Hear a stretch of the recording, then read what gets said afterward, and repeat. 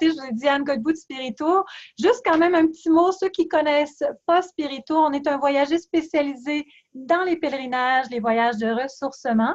C'est la 16e année qu'on est en opération. Notre mission, c'est de permettre à des individus de s'arrêter pour faire le point dans leur vie, pour se ressourcer, favoriser la croissance personnelle et spirituelle, l'approfondissement de la foi et susciter la rencontre avec soi, avec les autres et avec Dieu. Le pèlerinage qu'on vous présente aujourd'hui est en Terre Sainte. Il va avoir lieu du 22 mai au 1er juin 2019. Et donc, sans plus tarder, je vais vous présenter notre magnifique PowerPoint. Donc, voilà, vous le voyez. Alors, un pèlerinage accompagné par l'abbé Richard Wallot et le père Laurent Marie du 22 mai au 1er juin. Alors, l'abbé Richard Wallot, plusieurs d'entre vous devez le connaître si vous êtes connectés avec nous aujourd'hui. Donc, il est en service à la paroisse Saint-Michel de Vaudreuil-Dorion. Il a été ordonné à l'âge de 22 ans, ministère vraiment bien rempli à différents niveaux. Secrétaire d'évêque, pastoral scolaire, curé de paroisse, directeur fondateur du Centre diocésain de formation pastorale. Je ne vous lirai pas toute sa biographie, mais vous voyez qu'il y a beaucoup de cordes à son arc et il a déjà accompagné plusieurs pèlerinages par Richard. Vu qu'on vous a à l'audio, au moins, pouvez-vous nous dire quelques mots sur votre expérience de pèlerinage et qu'est-ce qui vous a motivé à organiser avec nous ce pèlerinage en Terre Sainte suite à l'expérience, entre autres, que vous avez eue l'année passée avec nous? Je pense que c'est d'abord un attachement à Jésus, un désir de mieux le connaître, de mieux l'aimer à travers des lieux où il a vécu, mais à travers justement cette découverte de son pays, de découvrir aussi ses ancêtres, sa famille, puis aussi les premiers pas de l'Église à Jérusalem et puis sur la côte de la Méditerranée. Et à travers tout ça, de réaliser que l'Église d'il y a 2000 ans est toujours vivante. En Terre Sainte, elle est encore extrêmement dynamique, même si elle est très peu nombreuse. Les chrétiens sont à peine 2% de la population. Mais il y a beaucoup d'entraide, il y a vraiment une vitalité quand même de ces petites communautés chrétiennes qui continuent de témoigner que Jésus est mort, est né et ressuscité dans ce pays. Merci beaucoup, Père Richard. Et je pense aussi que ça nous envoie notre propre expérience spirituelle, car pour nous, la Terre Sainte, c'est pas uniquement un lieu géographique, c'est aussi le lieu où on vit. Jésus, c'est l'Emmanuel, Dieu avec nous. Alors, si on va là-bas, c'est pour mieux le comprendre, mais après ça, quand on revient, on le porte en soi et on le retrouve aussi chez nous. Merci beaucoup. Et quelques mots aussi sur le Père Laurent Marie. En fait, peut-être vous pouvez nous en parler, Père Richard, parce que c'est vous qui avez invité le Père Laurent Marie à se joindre à ce pèlerinage. Oui, grâce à une amie, Mme Louise Armando, qui va peut-être être de notre pèlerinage aussi. Mais je suis bien content, je l'ai rencontré déjà à Trois-Rivières, au Cap de la Madeleine, à son monastère. Alors, ça crée des liens, mais j'ai bien hâte de découvrir. Et ça va être un partage aussi de responsabilité, de partage dans l'amitié, dans la fraternité.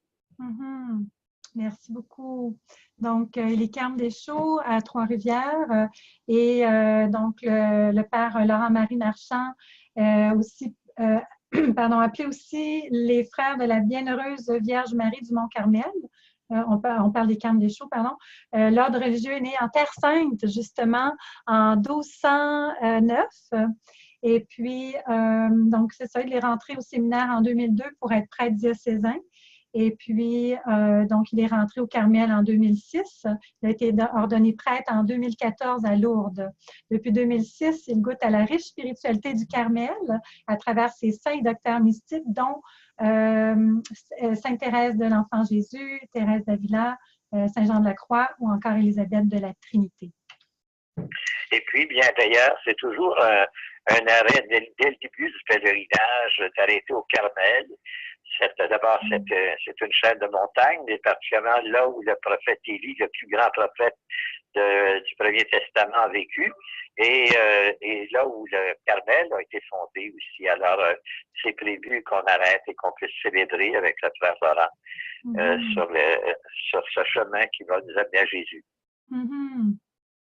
Merveilleux. Alors, je regardais s'il y avait d'autres questions, là. Je ne sais pas si vous voyez sur le partage d'écran. Donc, je veux dire un bonjour à Serge, à Sylvaine qui sont avec nous, qui nous ont écrit un petit mot. Et donc, gênez-vous pas dans la présentation s'il y a des questions. Donc, géographiquement, ce que vous voyez présentement, c'est la carte d'Israël. Alors, vous voyez qu'Israël est bordé par l'Égypte au sud-ouest, la Jordanie à l'est et le Liban au nord. Donc, c'est un petit pays. On va atterrir donc à Tel Aviv, qui est l'aéroport international. Ensuite, donc vous allez monter directement en Galilée. Alors, pardon, j'ai perdu ma petite flèche. Vous allez donc monter ici vers le lac de Tibériade. Et donc, vous allez visiter justement le Mont Carmel dès la première journée. Mont Carmel, en fait, est plus proche de la Méditerranée ici. Et ensuite, donc, vous allez vous rendre en Galilée. Et puis, vous allez dormir à Nazareth. Et puis, vous allez donc visiter la Galilée, dont Tibériade. Et vous allez descendre vers Bethléem par la vallée du Jourdain, ici. Donc, vous allez suivre la frontière naturelle qui est le Jourdain avec la Jordanie. Vous allez vous rendre dans le coin de la mer Morte. Vous allez rester donc à Bethléem. Et puis, vous allez rayonner aux alentours avec Masada. Et vous allez terminer votre séjour à Jérusalem les derniers jours. Et en fait, la dernière nuit, près de Tel Aviv, Jaffa ou Tel Aviv, là, pour la dernière nuit. Jaffa qui est juste à côté pour reprendre l'avion de Tel Aviv. Donc maintenant, on a des belles photos à vous montrer pour l'itinéraire jour par jour. La présentation, on l'a fait tout à l'heure, là, mais en gros, ce que je trouve beau dans ce texte, c'est que oui, c'est vraiment pour marcher sur les pas de Jésus, hein, partir en Terre Sainte. Comme ça, c'est vraiment une expérience. Hein. J'ai eu la chance d'y aller 3 fois moi-même. Donc, une expérience de l'Évangile. Vous êtes sur les pas de Jésus, vous voyez les lieux où il a vécu, où il a prêché, des lieux qu'on entend parler depuis qu'on est tout petit. Et c'est extraordinaire comme expérience d'être dans ces lieux. Et surtout, c'est des expériences qui restent avec nous tout le reste de notre vie. C'est vraiment très fort pour moi. Quand je suis revenue, la première fois, je réalisais à quel point, après à la messe, quand j'entendais les paroles de l'Évangile, c'était vivant. C'était vivant parce que ça me ramenait aux expériences, ça me ramenait des images de ce que j'avais vécu là-bas. Et donc, on ne lit plus la Bible de la même façon. Ça devient vraiment quelque chose d'incarné. C'est extraordinaire. Ça, c'est la grande découverte à chaque fois des pèlerins lorsqu'ils reviennent, oui, de dire que désormais l'Évangile, quand ils l'écoutent, ils le lisent, ils sentent vraiment, ils voient des pays, ils voient les gens. Et alors c'est vraiment important pour comprendre. De toute façon, c'est un très beau pays, très varié d'ailleurs. Dans si peu d'espace, on passe du désert à la montagne, on passe de la mer au verger, on passe, c'est toujours une découverte. Maintenant, c'est certain qu'il ne faut pas s'attendre à voir les lieux exactement comme ils étaient au temps de Jésus. Nazareth est devenue une grande ville sur la montagne, alors que c'était un petit village. On peut visiter notamment la basilique de l'Annonciation, la grotte où ils ont probablement vécu, donc où a pu avoir lieu l'Annonciation. On ne peut pas être assuré à 100%, mais c'est des découvertes qui datent de tellement longtemps. Déjà, dès le 3e, 4e siècle, Hélène, la mère de l'empereur Constantin, avait déjà répertorié les lieux et déjà fondé des chapelles souvenirs de ces lieux saints. Alors, c'est vraiment une très longue histoire aussi qu'on découvre en même temps. Merci. Et donc, oui?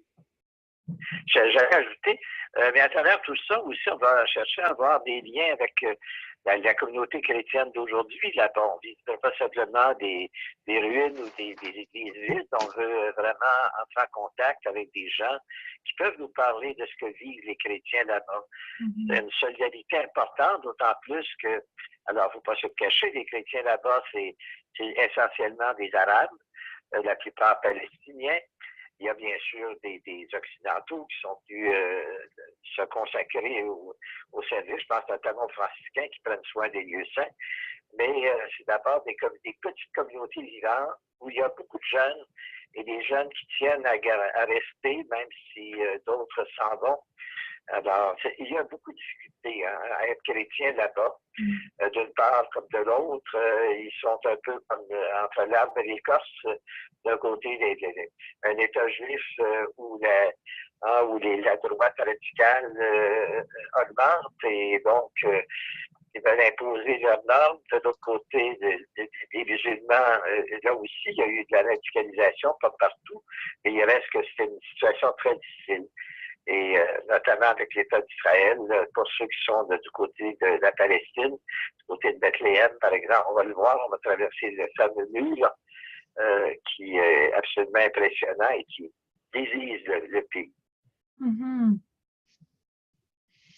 Merveilleux. Alors, on y va avec l'itinéraire. Père Laurent, Marie, j'ai reçu votre message. On est heureux que vous soyez avec nous. On est désolé de ne pas pouvoir vous voir. Il vient de m'écrire un petit message en privé, là. Alors, voilà, on espère peut-être d'ici la fin que les caméras ou les micros pourront s'activer. On s'excuse pour les gens qui auraient aimé vous voir. On va se reprendre, comme je disais tout à l'heure. Alors, ici, on voit le mont Carmel dont vous faisiez mention tout à l'heure. Alors, on fait toujours un petit arrêt. Il y a une petite église, on ne la voit pas, mais sur la colline. Et puis, on a la grotte d'Élie. C'est le lieu aussi où il y avait eu le combat là, pour les prêtres de Baal. Pas le combat, mais le défi là, qui avait été lancé. Oui. Oui, ça fait un défi, hein, c'est que les prêtres de Baal, qui étaient approuvés et invités par la reine à l'époque. Alors, ils ont voulu, Élie a voulu les mettre au défi en disant, on va voir lequel des dieux est le plus puissant. Alors, les prêtres de Baal sont venus toute la journée faire toutes sortes de cérémonies pour demander à avoir de la pluie. C'était une période de sécheresse intense. Alors, donc, ils ont fait toute la journée. Alors que le soir, Élie, qui avait simplement bâti un hôtel et creusé autour une rigole, eh bien, a appelé Dieu à se manifester. Et alors, la pluie est tombée. Alors, donc, ça a été comme une victoire spirituelle pour le prophète Élie. Mal lui en pris, car la reine Jézabel l'a pris en grippe et s'est mis à le pourchasser. Il a fait qui se réfugie au désert du Sinaï pour justement échapper à la vindicte de la reine. Oui, alors on a beaucoup de beaux récits comme ça qu'on pourrait partager. Par contre, on va essayer quand même d'être bref parce qu'il y en a qui sont peut-être sur leur heure de dîner, là. Écrivez-moi ceux qui nous suivent, peut-être juste pour me dire si on peut dépasser les 30-40 minutes qui étaient prévues, là. Je voudrais juste respecter quand même le temps parce qu'il est déjà presque midi 25. Et donc, envoyez-moi peut-être un petit message à cet effet. Oh, le Père Laurent Marie, on vous voit. On vous voit. Si vous pouvez baisser votre caméra, on arrive à vous voir, là. Alors, on voit votre tête. Si vous pouvez activer votre micro, vous avez réussi à activer votre caméra, on aura peut-être la chance de l'avoir avec nous d'ici la fin. On va donc enchaîner sur les diapositives un petit peu plus rapidement. Et je vais voir si les gens me répondent s'ils ont un peu plus de temps. Alors voilà, j'ai la réponse présent jusqu'à la fin. Alors Serge, ça ne vous dérange pas si on dépasse peut-être un petit peu? On peut aller jusqu'à 1 heure si les gens sont disposés. Je veux juste être certaine que tout le monde est disposé puisqu'on a perdu beaucoup de temps au début. Alors, on me dit que oui, c'est beau ici. OK, on a... OK. Alors, si vous pouvez nous répondre, on apprécierait. On va continuer avec l'itinéraire. Voilà. Alors, Nazareth. Nazareth, donc, c'est là où vous allez dormir. Alors, vous allez avoir la messe au Carmel, puis ensuite, on continue. Nazareth, vous êtes dans un hôtel 4 étoiles vraiment très beau, qui est le Golden Crown. Et puis, vous allez être vraiment dans le cœur de Nazareth. Et le lendemain, vous allez avoir une visite guidée de la ville de Nazareth. Comme vous savez, un guide francophone certifié de Terre Sainte qui va vous faire visiter tous les lieux.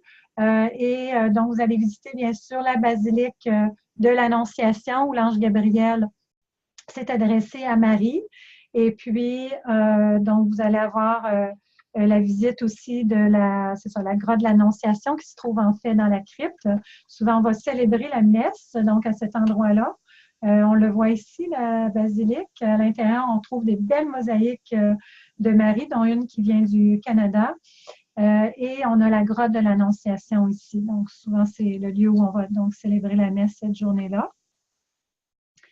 L'atelier de Saint-Joseph. Et ici, on voit les fouilles archéologiques où on a retrouvé des habitations du temps de Jésus. Peut-être vous voulez dire un petit mot là-dessus, Richard, Père Richard, sur Nazareth, sur la visite? Alors, Nazareth, bien sûr, c'est on visite son confrère est avoir été possiblement un atelier de Saint-Joseph, mais surtout le lieu d'habitation. C'était souvent un peu comme des troglodytes, c'est-à-dire qu'une partie à cause de la chaleur sans doute ou de la température, il y avait une partie qui était comme creusée dans la montagne, donc d'une sorte de grotte, puis une partie aussi qui sortait à l'extérieur. Et puis, bien, on va s'arrêter. Il y a une source où, dans Marie, comme les autres femmes du village à l'époque, avaient puisé l'eau. On va arrêter chez les Clarisses qui, alors, qui sont au Québec d'ailleurs, notamment des Clarisses, mais il y a déjà eu aussi des Clarisses du Québec qui sont allés là-bas. Il y en a à Jérusalem, il y en a à Nazareth. Alors, on prend le temps aussi parce que c'est chez les Clarisses de Nazareth, notamment, que le bienheureux Charles de Foucault a séjourné comme jardinier, vivant dans une extrême pauvreté par choix, et rendant service non seulement aux Clarisses elles-mêmes, mais aussi aux pauvres du village. Alors, on va rencontrer justement une des religieuses qui va nous parler un peu et du frère Charles, et aussi de ce que vivent les Clarisses dans ce pays. Ils sont quand même entourés. Toutefois, Nazareth était à majorité chrétienne, ce n'est plus le cas malheureusement, mais il y a quand même une bonne communauté encore là, mais c'est aussi un monde où il y a beaucoup de musulmans et c'est pas toujours des gens, la plupart sont très gentils, mais il y a une faction un peu plus radicale là, qui se manifeste de différentes façons. Mais pour nous, ça ne nous touche pas comme c'est le reste. Sinon, on est toujours, évidemment, on compatit avec les Arabes chrétiens qui sont là. OK, merci. Merci beaucoup, Père Richard. J'ai le Père Laurent-Marie qu'on voit, mais tant que son micro ne sera pas activé, tout le monde ne pourra pas le voir. Moi, je le vois. Votre caméra, ça fonctionne. Alors, on va l'encourager à activer son micro. On va peut-être avoir des surprises pour vous tout à l'heure. Alors, Père Richard, je vous invite aussi à tenter à nouveau de votre côté pendant qu'on continue. Mais vos commentaires sont très, très, très précieux. Alors, OK, on continue avec le monastère des Clarisses. Vous venez de nous en parler justement à Nazareth. C'est ça? Oui. Alors, c'est plus le monastère même qu'a connu le frère Charles, le bienheureux frère Charles de Foucault. C'est un nouveau monastère pour différentes raisons que nous expliquera la religieuse qu'on va rencontrer. Mais il reste qu'ils ont gardé très vivant le souvenir du frère Charles. Et de Nazareth, on va rayonner un peu dans toute la région. Cana, où on en profite souvent pour renouveler, pour ceux qui sont mariés, à renouveler les engagements de mariage. Ensuite, on va aller au bord de la mer. On va aller, vous allez trop vite, là, on va suivre les photos. Oui, merci. Donc, ici, on voit le Mont-Tabor, donc le lieu de la transfiguration de Jésus. Ça, c'est absolument extraordinaire parce que c'est une montagne spéciale.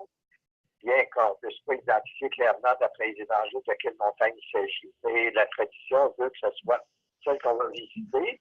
Alors, au sommet, il y a comme une luminosité naturelle assez extraordinaire. Et c'est là qu'on évoque justement cette rencontre mystique de Jésus avec son Père et avec le prophète Élie et aussi avec Moïse. Alors, donc, c'est une forme de confirmation de sa mission au moment où il venait déjà de révéler qu'il irait à Jérusalem et il vivrait sa passion. Alors, pour conforter les apôtres. Donc, c'est un lieu absolument admirable de visiter. Mm-hmm. OK. Alors, on continue avec Cana de Galilée que vous venez de mentionner, le jour 4. Donc, c'est la première visite de la journée, le lieu où Jésus a accompli son premier miracle. Puis, s'il y a des couples parmi vous, parmi les participants, il y a possibilité de renouveler ses vœux de mariage. Moi, ça a été une belle expérience. La dernière fois que je suis allée en Terre Sainte, c'était avec mon mari. Puis, ça a été vraiment un moment très fort de notre pèlerinage. Oui, il y a aussi le vin de Cana, qui n'est pas nécessairement un grand vin, mais en fait, comme tradition, on essaie de prendre un peu de vin. Je pense bien que le maître de la noce de Cana de raison de dire que c'est le vin de Jésus qui était le meilleur. Sûrement que c'était le vin de Jésus qui était meilleur. Mais il est quand même bon. Moi, je l'aime bien. Moi, j'aime les vins sucrés, donc je l'aime bien.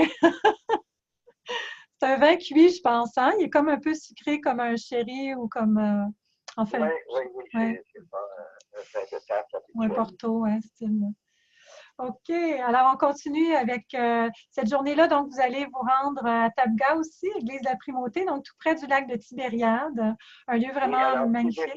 Où, en particulier dans l'évangile de Jean, à la fin de l'évangile, où Jésus il y a eu une expérience de pêche miraculeuse, mais à la suite de ça, Jésus invite ses disciples à déjeuner avec lui et après, il rencontre Pierre. Et c'est là qu'il lui demande par 3 fois, Pierre m'aimes-tu? Alors, non seulement on rappelle cet événement-là qui était marquant dans la vie de Pierre, surtout qu'on sait qu'il avait trahi Jésus 3 fois durant la passion, mais c'est que cette question-là nous est posée la nuit aussi. Et on prend toujours le temps de se recueillir et de laisser cette question-là en nous. Et toi, est-ce que tu m'aimes? Alors, chacun de nous doit répondre, bien sûr, dans la liberté de son cœur, mais c'est un moment très intense de recueillement durant le voyage. Oui, moi, ça a été un de mes moments forts aussi. Effectivement, j'aime beaucoup cet endroit avec la petite plage sur le bord du lac. C'est vraiment magnifique. Et puis, tout près, il y a une autre petite église qui est le lieu de la multiplication des pains et des poissons. Donc, on retrouve cette mosaïque avec les 2 poissons et les... Ah, vous remarquez, il y a juste 4 pains parce que le 5e pain, c'est celui qui est sur l'autel. Ensuite, on continue vers le Mont des Béatitudes, un autre endroit vraiment magnifique avec tous ces jardins. Donc, c'est le lieu où il y a eu le sermon de la montagne, dont les Béatitudes. Et donc, on a une vue magnifique sur le lac de Tibériade et on prend tout le temps un temps soit pour célébrer la messe ou pour relire les textes du sermon de la montagne dans les jardins. Là. Et d'où on peut contempler, bien sûr, toute la région et le lac. Et donc, on trouve toujours un coin de grand domaine, parce que là, il y a beaucoup de groupes de pèlerins, mais il y a toujours un coin où on peut vraiment, sous les arbres, célébrer l'Eucharistie comme Jésus va le faire avec les disciples. Effectivement. Puis on continue avec Capharnaüm, hein, le village où Jésus, dans la synagogue, entre autres, là, on retrouve les ruines ici. Donc, il a prêché, il a fait des miracles, il a guéri des malades. Et puis, on retrouve... Cette année, on lit l'évangile de Saint-Luc à la messe. Et alors, dans l'évangile de Luc, c'est un lieu extrêmement important parce que c'est là où Jésus annonce les couleurs en reprenant ce qu'avait dit le prophète Isaïe. L'Esprit du Seigneur est sur moi, il m'a envoyé porter la bonne nouvelle aux pauvres, annoncer aux captifs la délivrance, et annoncer une année bien faite de la part du Seigneur. Alors, c'est un lieu qui résonne aussi de ce message d'espoir pour l'humanité. Et puis, c'est le lieu aussi où vous retrouverez les fondations de la maison de Saint-Pierre. On ne le voit pas sur la photo, là, mais vous pourrez voir sur place. Il y a une chapelle qui a été construite par-dessus. On continue avec la croisière du lac de Tibériade, sur le lac de Tibériade, qui est vraiment le sommet de cette journée, je dirais. Là, ça conclut vraiment en beauté. Alors, comme vous savez, c'est le lieu bon, de la pêche miraculeuse, de la tempête apaisée, en fait, de plusieurs épisodes importants de la vie de Jésus avec ses disciples. Et vous allez faire une croisière sur une réplique d'une barque de l'époque de Jésus. Et donc, c'est une barque, en fait, qu'ils ont retrouvée au fond du lac. Ils ont retrouvé une épave. Et avec le carbone 14, ils ont pu déterminer que ça datait du temps de Jésus. Puis, ils ont fait des répliques, plusieurs répliques qui se servent maintenant pour faire des petites croisières comme ça avec les pèlerins. Il est possible de penser que Jésus, qui était charpentier, a dû contribuer à bâtir des barques comme celle-là. Parce que qu'est-ce qui expliquerait ce lien que dès le départ, Jésus semble avoir tissé avec Pierre, Jacques et Jean. Et donc, c'est déjà... bon, la barque, on l'appelle la barque de Jésus, mais on ne peut pas attribuer nécessairement cette barque-là à Jésus. Mais on voit tous ces liens qui se font. Et en passant, pour nous, la mer de Galilée, c'est magnifique. Puis, à notre époque, aller sur la mer ou sur le lac, c'est toujours bien. Et il faut se rappeler que pour les Juifs qui n'avaient pas de pied marin, la mer, c'est toujours un peu pénible et dangereux. Alors, on comprend que Pierre a paniqué à un moment donné en allant à la rencontre de Jésus. Mais pour nous, c'est pêcheurs d'hommes, c'est aussi aller chercher dans les profondeurs du mar des personnes pour les ramener à la vie.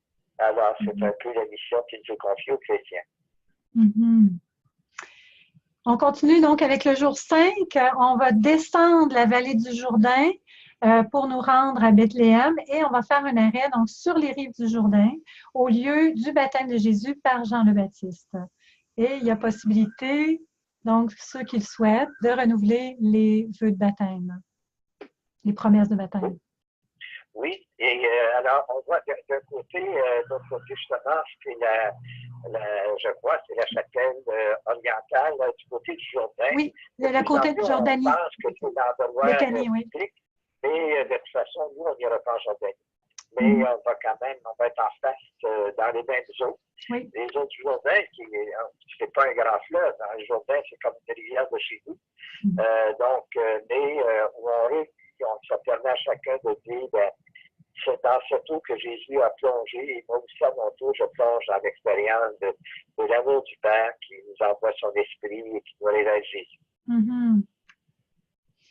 On continue avec, donc le jour 6, vous allez passer la journée à Bethléem et vous allez visiter donc l'église de la Nativité avec le lieu de la naissance, dans la grotte qui est au sous-sol de l'église, qui est marquée par une étoile, comme on voit ici.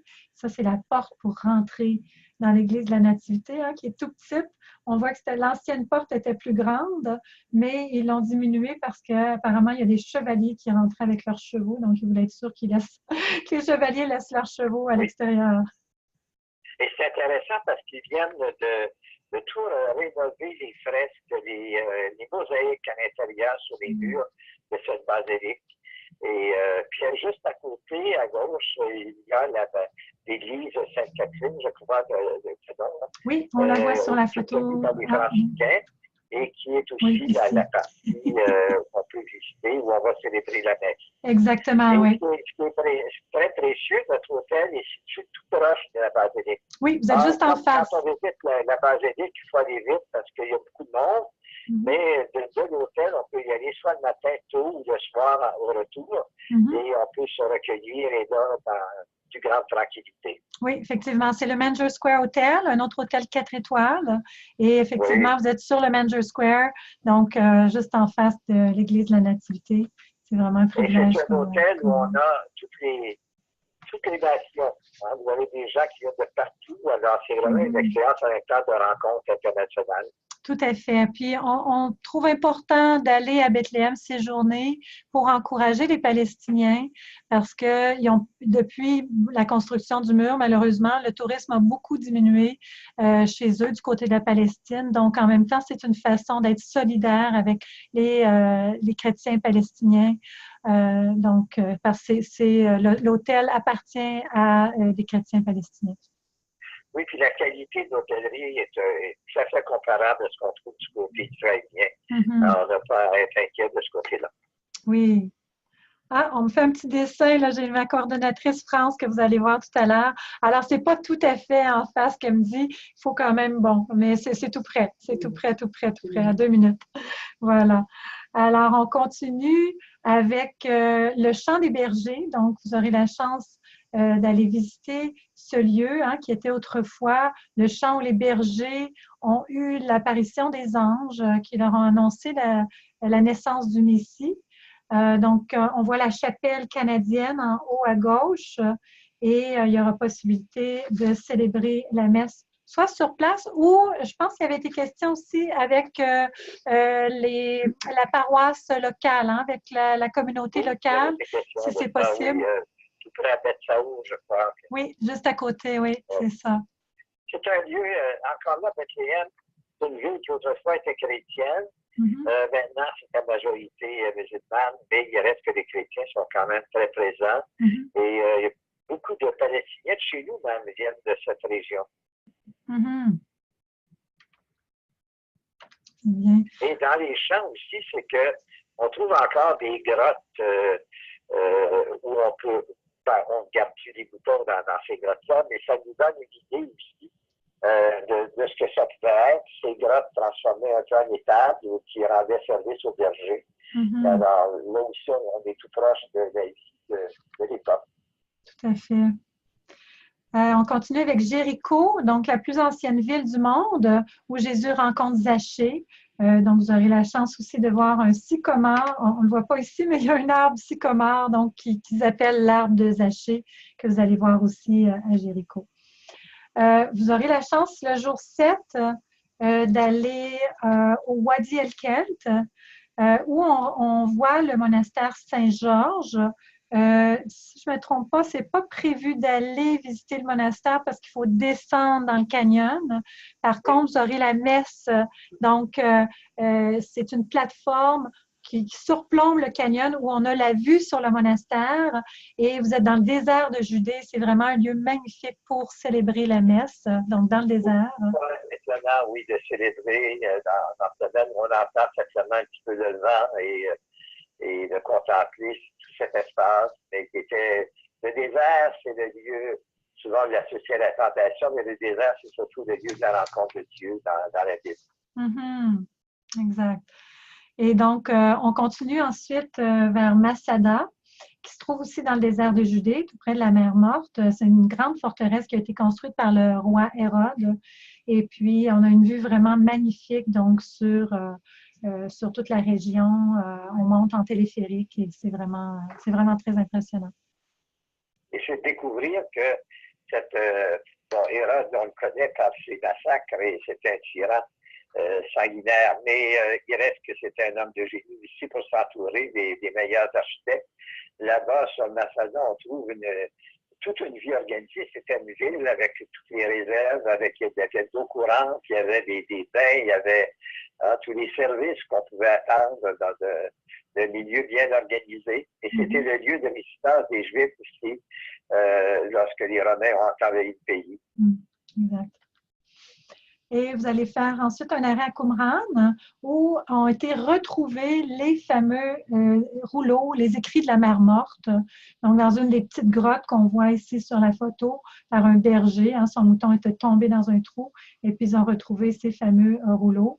Donc, il y a un musée sur place, il y a un guide qui va vous parler un peu. Normalement, on voit une vidéo aussi qui explique un petit peu l'histoire aussi des Esséniens qui étaient sur ce site à Qumran et qui gardaient, qui étaient les gardiens un peu de ces rouleaux-là.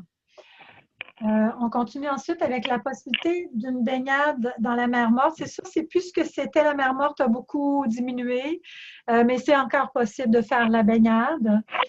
Donc, il y a possibilité, c'est bon pour la peau et vous allez voir, c'est vraiment une expérience assez spéciale là, de flotter dans la mer Morte.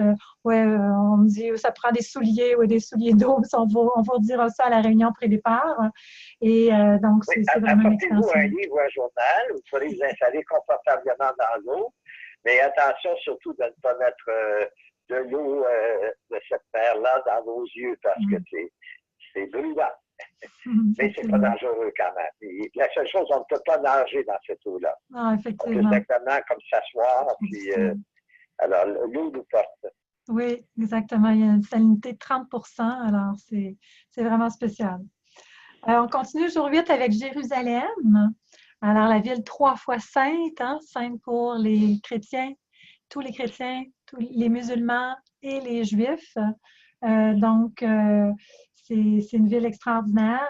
Et cette journée-là, vous aurez la chance de faire le chemin de croix, qui est appelé Via Dolorosa en latin, avec les 14 stations qui mènent jusqu'au tombeau de Jésus, jusqu'au Saint-Sépulcre, appelé aussi Anastasis, le lieu de la résurrection. Et alors, il faut partir très tôt le matin, puisque vers 10 heures, toute la ville se remplit, à la fois pour le commerce, mais aussi il y a beaucoup de groupes de touristes qui viennent, ou de pèlerins qui viennent par les croisières. Alors, on part très tôt pour justement éviter la cohue et pouvoir entrer à la basilique du Saint-Sépulcre, qui elle aussi a été tout à fait rénovée récemment. Et là, c'est là parce que des fois, ce qui fait les chrétiens quand on va à Jérusalem, on dit, toutes ces communautés différentes, les orthodoxes, les syriaques, bon, etc. On a l'impression d'une église très divisée. Dans l'histoire, oui, il y a eu des divisions, mais maintenant, toutes ces églises-là, ces chrétiens-là collaborent ensemble pour, il n'y a rien comme de manquer pour se serrer les coudes. Alors, ils ont beaucoup travaillé à vraiment réaliser une belle restauration du Saint-Sépulcre. Effectivement, c'est plus comme on voit sur la photo, là. Il est devenu tout rose, hein, le marbre est étincelant, ils ont tout nettoyé ça. Alors, c'est vraiment très beau. Et donc, si on voit d'autres stations de chemin de croix, là, c'est un peu dans le désordre, là, mais bien sûr, ça s'accumule avec le tombeau de Jésus, le lieu de la résurrection. On a l'église Sainte-Anne et la piscine probatique où Jésus a guéri le paralytique. L'église Sainte-Anne, qui, comme toutes les églises romanes de l'époque des croisades, a une sonorité exceptionnelle lorsqu'on se met à chanter. Parfois, il y a des groupes aussi qui viennent des chorales. C'est d'une beauté absolument saisissante. Tout à fait. Une belle acoustique. Je viens de vous rejoindre là. On a le lieu du Lithostrotos, qui est situé dans les sous-sols de l'Ecce-Homo. Ecce-Homo qui veut dire « voici l'homme », qui est le lieu où Jésus a souffert aux mains des soldats romains et où il a été mis en procès devant Ponce Pilate. Un lieu de torture. On revient ici au Saint-Sépulcre. Je pense que vous allez célébrer la messe, puis ensuite, c'est le chemin de croix. C'est pour ça que ça a été mis dans ce ordre-là? En fait, des fois, oui. On commence par la Via Dolorosa, effectivement, pour éviter la cohue. Et ensuite de ça, on s'en va sur le Mont des Oliviers. OK, c'est ça. Alors, on continue avec le Mont des Oliviers. Donc, où on a une superbe vue, comme vous pouvez voir, sur toute l'ancienne ville de Jérusalem. Et puis, vous avez donc le dôme, le fameux dôme du rocher, ici, qui est une mosquée qui culmine sur le mont Sion. Et ce fameux rocher, il est sacré. C'est le lieu, ce serait le lieu où Moïse, c'est Abraham, pardon, voulait sacrifier Isaac et l'ange, bien sûr, l'a arrêté. Et c'était sur cette colline et sur ce rocher. Donc, les musulmans aussi considèrent cette roche sacrée. C'est pour ça qu'ils ont fait la mosquée à cet endroit. Et c'était l'ancien site. C'était l'ancien site du... D'abord, c'est déjà difficile d'arriver à cause des tensions entre juifs et musulmans. L'accès à l'esplanade du Temple est assez limité. On a surtout accès à ce qu'on appelle le mur des lamentations, qui est précisément le mur occidental où les juifs vont prier. Mais il est plus difficile d'avoir accès, mais la dernière fois, on a pu quand même avoir accès à la mosquée, à l'Aqsa, et au moins contempler de l'extérieur le dôme du rocher qui est accessible aux non-musulmans. Effectivement. C'était l'ancien site où était le temple de Salomon, donc le deuxième temple du temps de Jésus. Et c'est pour ça aujourd'hui, Donc, il reste juste le mur occidental qui était un des murs de l'enceinte qui entourait le temple de Salomon. Et c'est aussi Hérode le Grand qui le laissait construire. Et c'était admiré. C'était quasiment une des merveilles du monde à l'époque romaine, puisque Hérode, qui avait des liens avec Rome, avait trouvé encore là des architectes. Et c'est assez impressionnant de voir l'importance de ce temple-là. Ici, on voit l'oratoire du Pater Noster, Notre Père. Donc, c'est le lieu où Jésus a enseigné la prière du Notre Père à ses disciples. Et vous voyez qu'il y a en fait, la prière du Notre Père dans toutes les langues. Et donc, on retrouve en français, mais on retrouve aussi une langue autochtone, oui, en araméen, puis une langue autochtone qui vient du Canada. Oui. En Inou. En Inou, OK. On continue avec le jardin de Gethsémani, donc un lieu où souvent on va célébrer la messe, donc dans le jardin des Oliviers ou à la basilique des Nations. C'est un lieu où on peut se recueillir aussi. On retrouve des oliviers qui sont plusieurs fois centenaires, sinon millénaires. Alors, c'est vraiment très beau. C'est le lieu, bien sûr, de l'agonie de Jésus et la basilique des Nations, l'église des Nations qui est juste à côté. On retrouve la pierre de l'agonie à l'intérieur où Jésus aurait suinté le sang. On continue aussi avec la visite de l'église Saint-Pierre en Gallicante, qui est le lieu du reniement de Saint-Pierre, où le coq a chanté 3 fois. Et vous aurez la chance aussi de visiter le Cénacle, qui est le lieu où Jésus a partagé le dernier repas, la dernière scène, et bien sûr où il est apparu ressuscité, donc le lieu aussi de la Pentecôte. Le Cénacle qui est aussi, qui a servi aussi de mosquée après la reconquête par les Arabes de Jérusalem.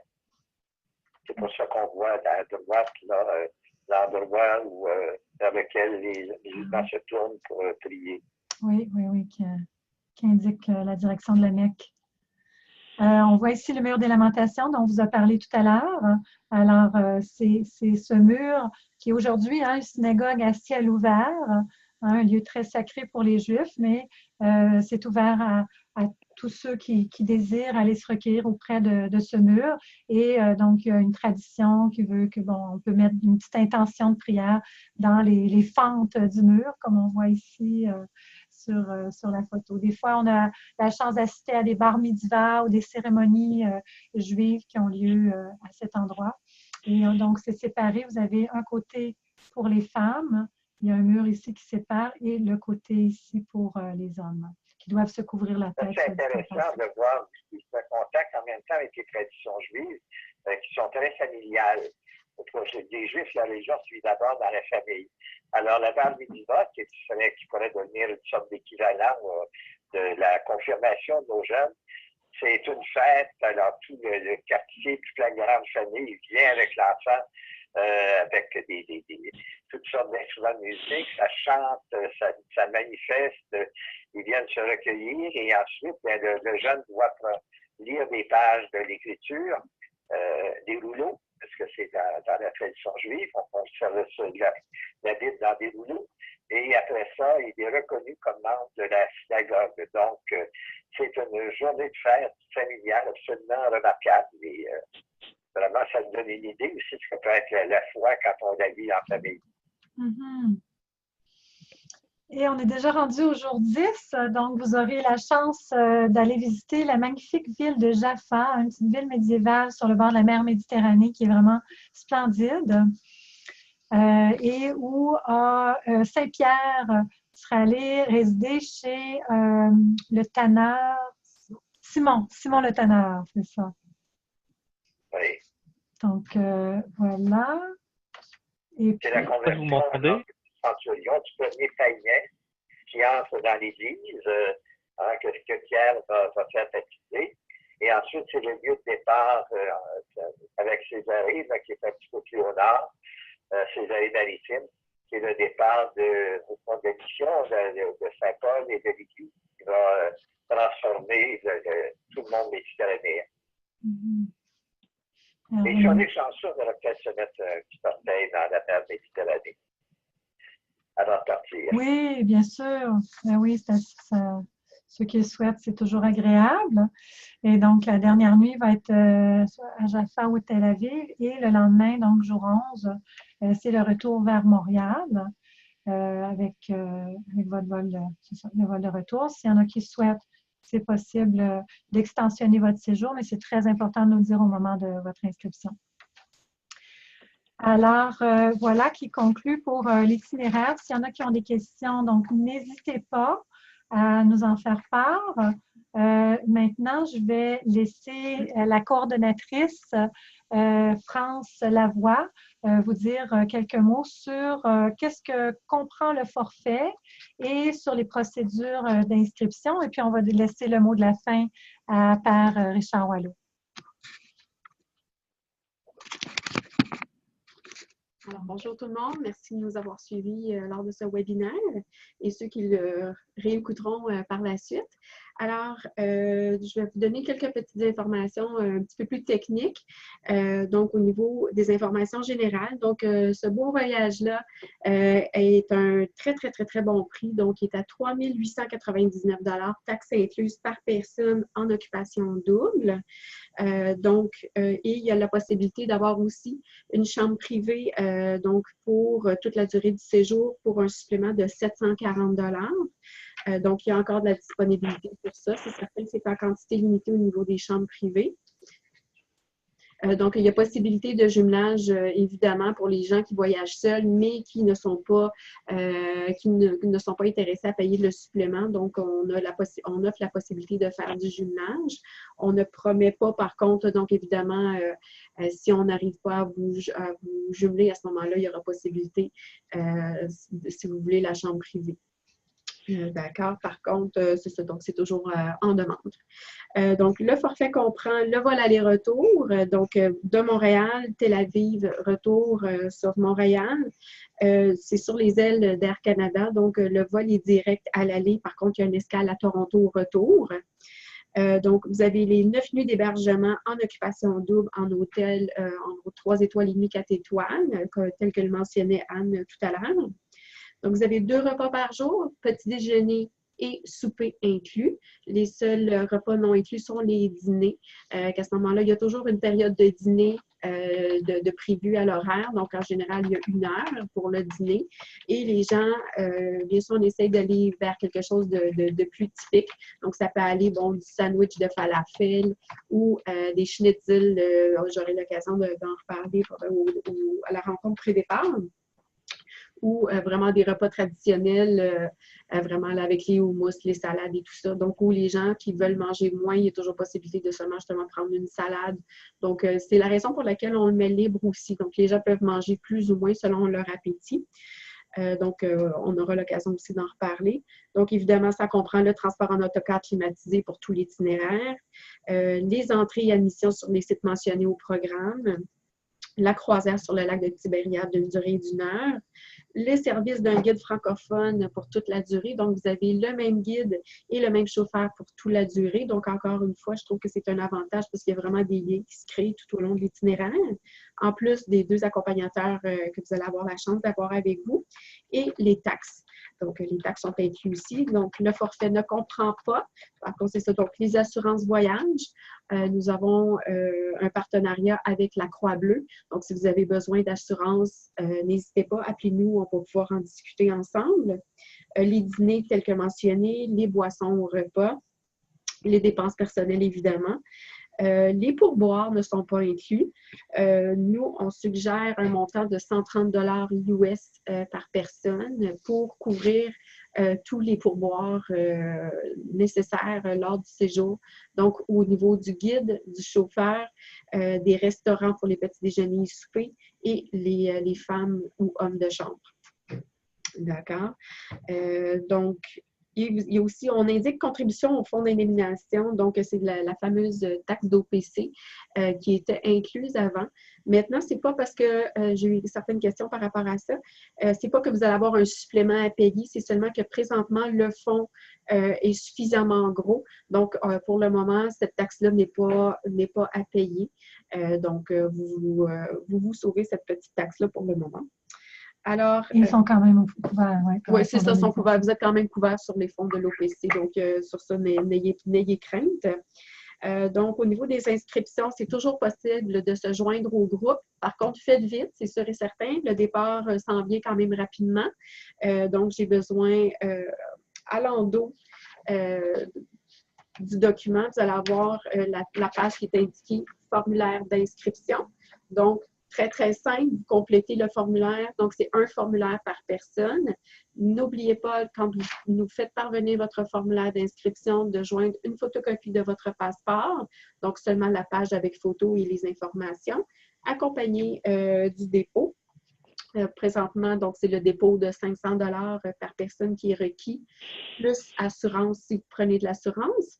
Et le paiement final est requis pour le 22 mars. Donc, ça s'en vient quand même rapidement. Donc, si vous avez des questions sur comment remplir le formulaire ou quoi que ce soit, n'hésitez pas, vous pouvez me téléphoner. Ça va me faire plaisir de vous aider. On pourra le faire ensemble au téléphone. Donc, s'il y a des questions, encore une fois, vous pouvez me rejoindre au 514-374-7965, poste 200. Donc, vous pouvez toujours m'envoyer un courriel aussi si vous avez plus de questions. Donc, au plaisir. J'espère qu'on va vous avoir donné goût de vous joindre à ce beau voyage. Merci beaucoup. Merci beaucoup, France. Je veux vous donner aussi la ligne sans frais, ceux qui sont à l'extérieur de la grande région de Montréal. Donc, c'est le 1-866-331-7965.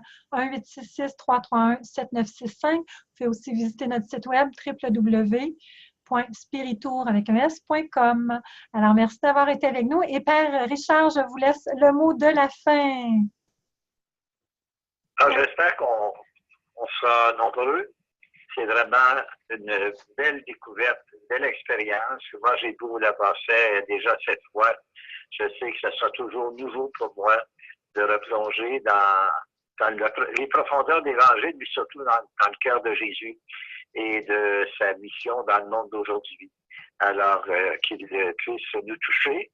Et même si quelqu'un n'est pas très croyant ou n'a pas, mais il y a quand même une sympathie. Je pense qu'il y a toujours une expérience spirituelle profonde à retirer de cette démarche. Alors, j'espère qu'on sera plusieurs à se retrouver et vivre ce beau moment ensemble. Merci beaucoup, Père Richard. Merci à tous d'avoir été avec nous. Père Laurent-Marie aussi, merci d'avoir été avec nous. Et on espère pouvoir se reprendre pour que vous puissiez voir vos animateurs spirituels. Merci et bonne fin de journée. Merci.